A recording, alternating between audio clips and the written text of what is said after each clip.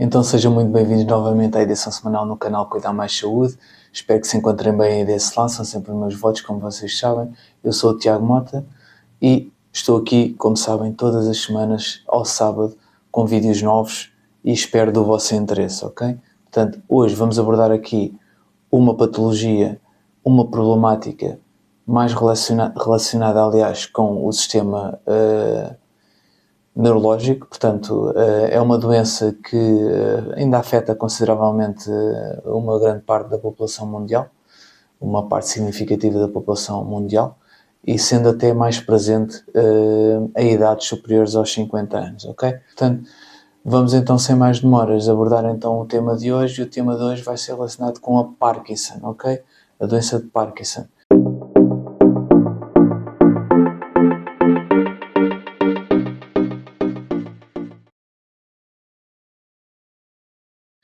E aqui, a nível epidemiológico, conseguimos perceber que cerca de 13 mil portugueses sofrem desta doença, desta patologia degenerativa, e sabemos que vai haver aqui um aumento nos próximos 20 anos, pode afetar mais cerca de 30 mil pessoas com esta doença, ok? E isto deve-se basicamente à longevidade que as pessoas hoje em dia, todos nós, acabamos por usufruir. Embora haja algum tipo de longevidade, não é sinónimo de estar bem, não é? Ter uma vida totalmente independente e com autonomia, mas é um sinal e é um fruto, muitas vezes, não digo que seja deste momento específico, mas do acesso aos cuidados de saúde, de novas técnicas, da evolução da medicina, que nos faz então ter uma esperança de vida muito maior do que tínhamos há uns anos atrás. Portanto, hoje em dia há essa vantagem. Embora muitas vezes, como eu acabei de dizer, não seja uma longevidade com qualidade de vida, ok? Isto muitas vezes é relativizado, mesmo a nível dos nossos governantes, quando falam do aumento aqui da idade da reforma, porque as pessoas têm uma longevidade maior, mas depois esquecem-se que a pessoa, quando chega a determinadas idades, muitas pessoas já estão até acamadas e já não têm capacidade de usufruir em nada dessas reformas. Mas pronto, isso são outros assuntos para outros fóruns. Portanto, falando aqui e continuando aqui a falar um bocadinho da Parkinson, à escala mundial, estima-se que existam 7 a 10 milhões de indivíduos, de pessoas com Parkinson, sendo uma doença que é mais comum até nos homens do que nas mulheres, e, a par do que eu disse inicialmente, logo numa fase inicial, não é muito comum que se instale este tipo de doença em pessoas com idades inferiores a 50 anos, ok? Temos um autor muito conhecido, o ator do Regresso ao Futuro, que é o Michael J. Fox, que infelizmente, não é? E penso que é uma das personalidades em que luta bastante dentro desta área e até criou fundações, etc., para tentar ajudar e pesquisar novas formas de tentar debelar, tentar minimizar o impacto desta doença na vida das pessoas. Ele é uma dessas pessoas, não é? Que teve esta doença, ele acabou por ter esta doença antes desta idade, portanto acabou por afetar e condenar, de certo modo, a sua carreira, que era uma carreira de sucesso, como muita gente conhece desse lado, não é? Mas o que é Parkinson? O que é esta doença? Portanto, esta doença baseia-se basicamente aqui na redução de uma substância, e essa substância é um mensageiro, e é importantíssimo, é uma substância química, é um mensageiro químico, que acaba por estar aqui relacionado e direcionado para os centros que comandam, centros cerebrais, né? Que comanda aqui os movimentos do corpo, os nossos movimentos, as nossas contrações a nível muscular, né? E o estímulo nervoso para que haja a sinapse, no fundo, para que haja então aqui um movimento. Lembre-se do que eu disse já em vídeos anteriores aqui do canal, e se quiserem vão ver também, acho que é interessante, que os neurónios não existem só no nosso cérebro, os neurónios estão espalhados pelo nosso corpo e acabam por banhar os nossos músculos, sendo que são eles que dão o estímulo elétrico para que haja movimento, e nós não tínhamos que pensar muito nisso, ok? Muitas vezes. Portanto, é algo que é difícil de explicar. Portanto, há aqui uma alteração neste mensageiro químico, nesta substância, não é? Que acaba por afetar aqui a normal sinapse, a normal funcionamento, a normal condução para que a pessoa tenha um movimento dito normal e faça a sua vida dita normal, ok? E esse mensageiro não é mais do que a dopamina. Portanto, a dopamina então é esta substância que muitas vezes devido à morte dos neurónios, dos próprios neurónios, acaba por ser uma doença neurodegenerativa, ok? Portanto, como o nome disse, degenerativa, portanto é algo que vai sendo progressivo, com mais rapidez ou, de certo modo, sendo mais gradual, acaba por ser um processo que não se conseguiu até hoje cura e não se conseguiu que este processo se mantivesse, por assim dizer, quase estanque, ok? Portanto, há sempre uma progressão que, através de alguns fármacos que já falarei mais à frente, poderemos abrandar um bocadinho aqui esta progressão, mas não conseguimos evitar, ok? Portanto, ela vai acontecer de qualquer das formas e isso é importante saber. Sabemos que, não havendo então a existência desta substância, também sabemos então, do que foi dito há pouco também, que há aqui uma alteração dos movimentos, a alteração até do controle e da tensão aqui muscular, portanto, e havendo esta alteração na tensão e no controle muscular, também a pessoa vai tendo alterações aqui nos movimentos e na própria autoconfiança depois, no dia-a-dia, que torna também algo complexo lidar também com esta doença. Sintomas que esta doença nos possa trazer. Temos os tremores, acho que este é o que sobressai desta doença. As pessoas, quando pensam em Parkinson, mesmo as pessoas mais leigas, que não têm muitas vezes noção do que é a doença, mas é algo que normalmente sobressai, é um dos principais sintomas, são os tremores. E estes sintomas, normalmente, nós até dizendo, deve ter Parkinson, este senhor ou aquela senhora, quando às vezes abordamos na rua ou vemos alguém que deparamos aqui com estas alterações. Portanto, tremores é um dos sintomas que sobressai, que vão acontecendo até, e eu falarei um bocadinho mais à frente, mas que vão acontecendo até com o movimento involuntário de um dos membros só, apenas, e às vezes até desaparece, mas que depois se vai instalando progressivamente. Há também aqui uma rigidez muscular, a pessoa vai tendo mais rigidez muscular de movimentos, vai tendo mais dificuldade em ter aqui, vai-se perdendo aqui a motricidade fina, que é a capacidade da pessoa ter de pinça, de mexer em pequenas coisas, ter pequenas destreza para fazer determinados movimentos, não é? Assegurar determinadas coisas, que é a capacidade de apreensão de determinadas coisas, e até que vai afetar também aqui a motricidade grossa, a motricidade mais ampla, ok? Portanto, vai havendo aqui uma rigidez então do foro muscular, do sistema muscular, e que vai progressivamente também dificultando aqui o movimento da pessoa e até a locomoção, a marcha da pessoa, ou conseguir andar, não é? Fazer as suas normais atividades de vida diárias. E há aqui uma alteração também no ortostatismo, que é a capacidade que a pessoa tem de manter o equilíbrio, se manter em pé, sem nenhum tipo de apoio. Também pode haver aqui algum tipo de alteração.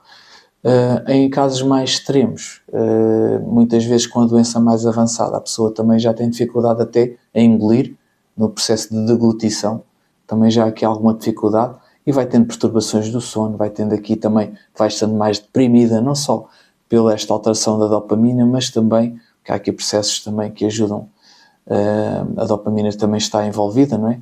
No humor da pessoa, mas também porque a pessoa vai perdendo aqui a sua funcionalidade, a sua capacidade de ser independente e acaba por estar dependente de terceiros e isso também, de forma anímica, acaba por afetar a pessoa também na sua forma de estar, ok? E de como se relaciona com os seus pares e isto também acaba por ser algo de relevo. Causas aqui que podem levar à Parkinson, à doença de Parkinson. Primeiro temos que ter bem presente que para se começarem a manifestar alguns sintomas da Parkinson, alguns sinais e sintomas, é necessário que haja já aqui uma morte significativa, uma destruição, uma inativação significativa de células cerebrais, ou seja, de neurónios. E essa percentagem normalmente ronda ali entre os 70% a 80% de neurónios, ok? De células cerebrais. E havendo esta percentagem, como veem, já é uma percentagem bastante elevada, o que demonstra que o nosso cérebro é fantástico, apesar de tudo, não é? Com o grau de severidade já a nível de destruição de células nervosas, ainda assim só se começam a manifestar muitos destes sintomas entre 70% a 80%, não é? Destruição dos nossos neurónios. Portanto, há aqui, a partir deste momento, já algo significativo. E algum desses fatores podem ter como origem, além da história familiar, fatores genéticos. Quem tem alguém na família direto pode também ter essa probabilidade, não quer dizer que aconteça, não é? E pode haver aqui alguma exposição a algum tipo de toxina, como por exemplo pesticidas, outros químicos industriais, e pode haver aqui, através destes químicos, destas toxinas, não é? Pesticidas, alguma influência para o desencadear desta doença, ok? E também, como um processo normal, e foi abordado, como eu vos disse há pouco, que não é normal acontecer antes dos 50 anos, é uma doença normalmente tardia, é uma doença que está mais associada normalmente à fase tardia de vida, mais à fase de idoso, não é? Normalmente manifesta-se com mais severidade nestas idades. Como é que podemos fazer aqui o diagnóstico da Parkinson? Temos que sempre saber que não há nenhum tipo de exame que nos diga se a pessoa tem a doença de Parkinson de forma 100% fidedigna, por assim dizer. Não há nenhum tipo de exame. Há sim várias intervenções que podem ser feitas, não só a nível da observação, normalmente por neurologista, não só a nível de observação, mas também alguns exames que se podem fazer, que podem corroborar esse diagnóstico ou que podem ajudar nesse diagnóstico, ok? E normalmente então avalia-se, faz-se uma análise dos sintomas, até do feedback que o doente também nos pode dar, que o utente nos pode dar, a pessoa, não é? E pode haver aqui alguns exames que nos ajudem a fazer o diagnóstico, tais como uma ataque cranioencefálica, por exemplo, uma ressonância magnética. Podemos fazer aqui também até um EEG, pode ajudar em alguns casos, e pode ajudar aqui a descartar. Normalmente estes exames até ajudam a descartar outro tipo de doenças, ok? Para nós nos irmos focando e ir afunilando aqui, tentar perceber então, às vezes por exclusão de partes, se é Parkinson ou não é Parkinson, ok? Sabemos então que não tem cura, a Parkinson não tem cura, como eu disse também inicialmente, mas existem fármacos hoje em dia, e quanto mais precoce for essa administração desses fármacos, portanto, quanto mais precoce for o diagnóstico também da doença, maiores as probabilidades de a pessoa ter uma vida mais normal possível durante maior tempo possível, ok? Portanto, isto é importante.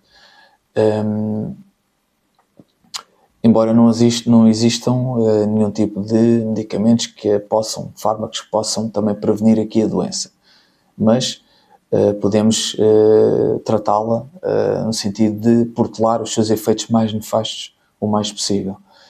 E quando sabemos então que temos aqui um quadro sugestivo para esta doença, podemos então instituir aqui a levodopa, um tratamento com levodopa, e muitas vezes um pouco às cegas porque não temos ainda a certeza se é Parkinson ou não é, mas normalmente quando fazemos aqui realmente um tratamento com levodopa, que é um dos fármacos que é usado também, e vemos que a pessoa tem uma melhoria, aí podemos, por exclusão de partes, e associar, não é? Então, aos sintomas, aos sinais que a pessoa tenha, se existe uma melhoria significativa após começar a tomar aquele fármaco, sabemos então que possivelmente será Parkinson, ok? E aí poderemos ter já aqui um diagnóstico de forma que nos possa ajudar num tratamento, ok?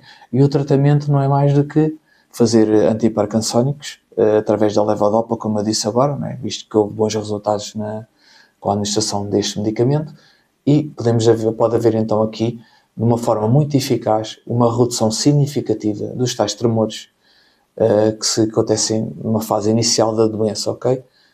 Portanto, quanto mais precoce for feito este diagnóstico, melhores as perspectivas de amenizar, deixem passar o termo, de fazer com que a pessoa tenha uma vida o mais normal possível.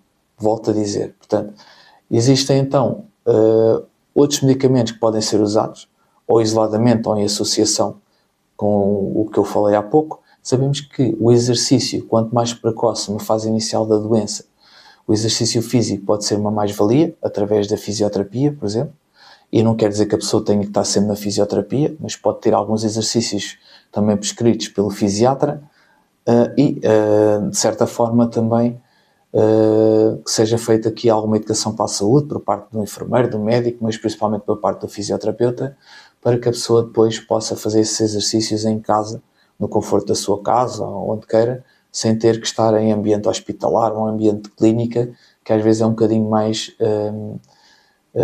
assustador, mais frio. Portanto, a pessoa não está tão à vontade, ok? E até para uma continuidade, não é? Que a pessoa, sabemos que temos 1 hora ou 2 de fisioterapia, mas depois só temos fisioterapia daqui a mais 2 dias ou 3 dias, portanto não podemos ficar parados e vamos fazendo os exercícios que nos prescrevem em casa, que, de forma a não parar e a fazer sempre os movimentos de forma a que haja haja estabilidade aqui nestes sintomas e nestes sinais, ok? E na doença também, o mais possível.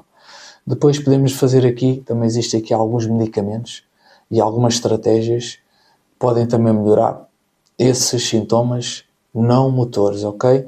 Porque não são só sintomas motores, não são só os tremores, a dificuldade de mobilidade, como eu disse há pouco e vocês lembram-se, nos sintomas, nos sinais, existem também um estado mais depressivo, algumas alterações até a nível da expressão da pessoa, porque isto afeta muito a parte muscular. E normalmente quando pensamos em parte muscular, só nos lembramos do movimento de andar, de mexer os braços, mas às vezes também até a própria da expressão da pessoa, como a facies da pessoa, ou seja, a expressão que a pessoa, o semblante normal da pessoa, torna-se mais apagado devido à própria doença, ok? Podemos fazer aqui, em alguns casos, uma intervenção mais invasiva, e esta intervenção é denominada por uma cirurgia de estimulação cerebral profunda, como eu deixo aqui a imagem e vocês podem ver depois também, que uma imagem vale por 1000 palavras, como eu costumo sempre dizer, pode haver aqui esta estimulação profunda, o implante, de forma a que ajude aqui, como o nome diz, a haver uma estimulação, a estimular, então, e normalmente é considerada até uma mais-valia em doentes com doença de Parkinson mais avançada, ok? E isto acontece quando? Quando os medicamentos, visto que a doença já está mais avançada, e os medicamentos já não têm eficácia, não apresentam a eficácia que apresentavam a priori, ok? Antes. Portanto, pode ser uma mais-valia aqui para a pessoa melhorar os sintomas motores, como principalmente os tremores, ok? Que são muito, muito, muito agressivos. Tem uns tremores muito agressivos. E depois, em fases ainda mais avançadas da doença, existem aqui outras formas também de administrar alguma medicação, que se podem reduzir aqui as complicações e melhorar também os sintomas, ok? Por exemplo, pode haver aqui, em vez de administrar a medicação ou da pessoa tomar, por exemplo, medicamentos, como a levodopa que eu falei agora, comprimidos, a pessoa pode ter aqui esta administração destes fármacos por outras vias, sem ser oral. Pode-se fazer aqui, um exemplo, por exemplo, vou colocar aqui uma bomba ou bombas de libertação de agonistas de dopamina, portanto são bombas que é denominada de apomorfina, ok? Que se podem colocar de forma subcutânea, ou seja, por baixo da pele, e vai havendo aqui uma libertação da medicação. É quase como, deixem passar, mas fazendo aqui uma analogia, mas é quase como o contraceptivo que se usa de um implante que vai libertando aquelas hormonas para a mulher não engravidar, ok? Em vez da mulher estar a tomar a pílula, não é? Diariamente, tem um implante subcutâneo também, que é debaixo da pele, que é colocado e que dura 3 anos, 2 anos, dependendo. Mas não quer dizer que este dura mesmo, é só dar um exemplo, ok? Portanto, é algo assim. E a pessoa não tem que se preocupar em tomar medicação e que muitas vezes se esquece, porque também há mais esquecimento, não é? É perfeitamente normal. E a pessoa não tem que se preocupar muito com essa toma de medicação em casos mais avançados e até com alguma dificuldade já na deglutição, a engolir, não é? E podendo-se engasgar, e isto minimiza muito este tipo de intervenção. Os exercícios, sabemos então que, como eu disse há pouco, devem estar presentes sempre, desde o início, na fase inicial da doença, ok? Porque estes mesmos exercícios, como eu também acabo por estar a reforçar, acabam por promover mais a mobilidade da pessoa, a própria autonomia, a própria independência da pessoa. A autonomia é a capacidade que a pessoa tem de decisão, não é? Mas, no fundo, a independência, não é? E a pessoa não estar a precisar tanto de outras pessoas e assim também se sente melhor e acaba por uma coisa levar à outra, não é? E, no fundo, a pessoa também melhora a sua autoestima e sente-se um pouco mais animada e com força para enfrentar a doença, que também faz com que a pessoa não esteja deprimida, não entre numa fase mais deprimida, ok? Portanto, a Parkinson é uma doença complexa, complicada, que ainda há um vazio muito grande, embora haja novas terapêuticas, há estudos de relevo sobre esta doença, mas infelizmente não temos cura ainda para a doença, portanto não quer dizer que não venhamos a ter.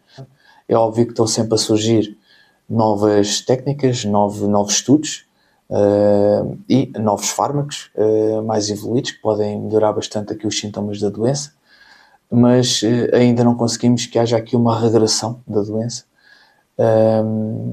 de forma que a pessoa fique curada, não é? Fique curada desta mesma doença. Portanto, vamos pensar positivo, a medicina está sempre a evoluir a uma velocidade estonteante, portanto, vamos pensar positivo. Por hoje ficamos por aqui, já sabem que eu sou o Tiago Mota, sou enfermeiro e estou aqui todos os sábados, como costumo dizer, para vos deixar novos vídeos. Espero que possa ajudar quem está desse lado, já sabem, que vocês possam ajudar outras pessoas também.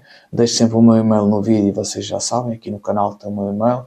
Qualquer dúvida podem enviar um e-mail. O arroba não aparece lá porque não sei, não consigo colocar, mas no entanto já sabem que tem sempre o arroba a seguir ao 22. Arroba Gmail, ok?